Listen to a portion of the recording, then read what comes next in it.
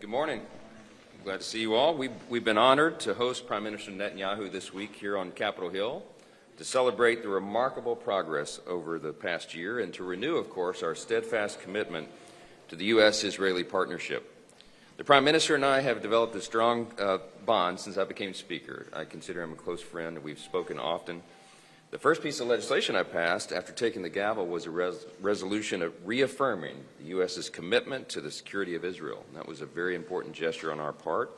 And of course, I was happy to pass the security assistance funding when Israel needed it the most.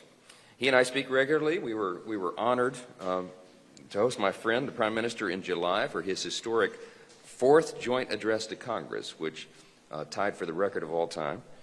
And that showed the world that Israel is not alone, and they won't be so long as we are governing here. Today we discuss the special partnership that we have between these two countries, and I thank Prime Minister Netanyahu for his unrelenting commitment to making the region and the world a safer place amid really extraordinary challenges. What Israel has done in the past 7 months really is a testament to what can be accomplished when we do not let the enemy set the rules. As Prime Minister Netanyahu said Tuesday at the White House, when our enemies see daylight between Israel and the United States, they will exploit it. And we all know that is true. And that's why strong, decisive leadership is so crucial in this time. President Trump and Prime Minister Netanyahu both understand that peace is secured through strength, not appeasement, and not by turning our backs on our allies. Before he even took office in January, President Trump and his team helped secure the ceasefire agreement and the return of American and Israeli hostages.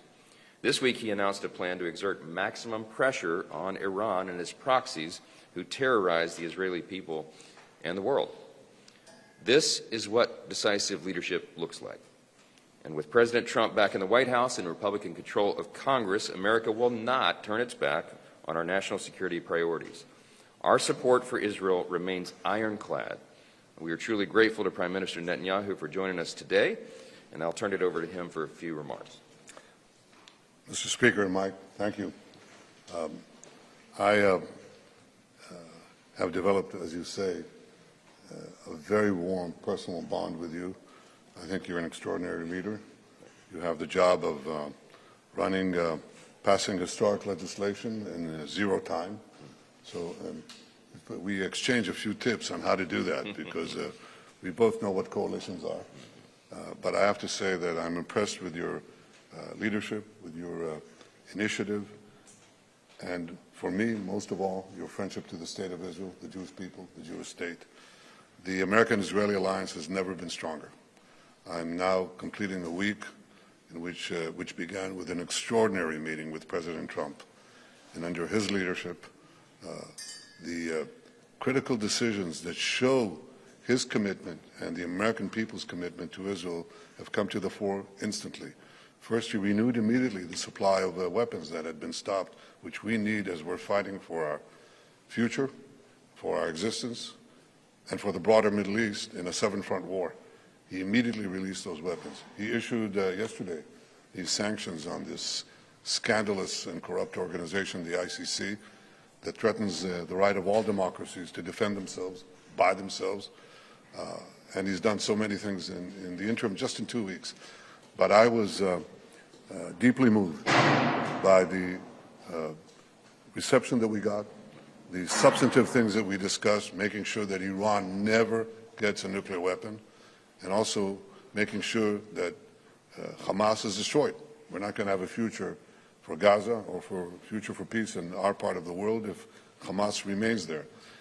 We agreed on many things, but I think it sets the tone for this great strengthening of the American-Israeli alliance. It's not only an alliance between governments, it's an alliance between peoples. This is the house of the people. And you, Mr. Speaker, represent the American people that overwhelmingly support the State of Israel. You know, I was driving through Washington. I look outside. There are people on the sidewalks. They see, the limousines pass, and they all go like this. They all go like this. They all support. And I think, Mr. Speaker, that's the spirit that animates you and so many of your colleagues here. and I want to thank you again. And I want to say, you're invited to Israel this year in Jerusalem. I know you're busy, but find space to do that. I can't wait. You'll be welcome on a red carpet. Thank you so much. Thank you. Thank you.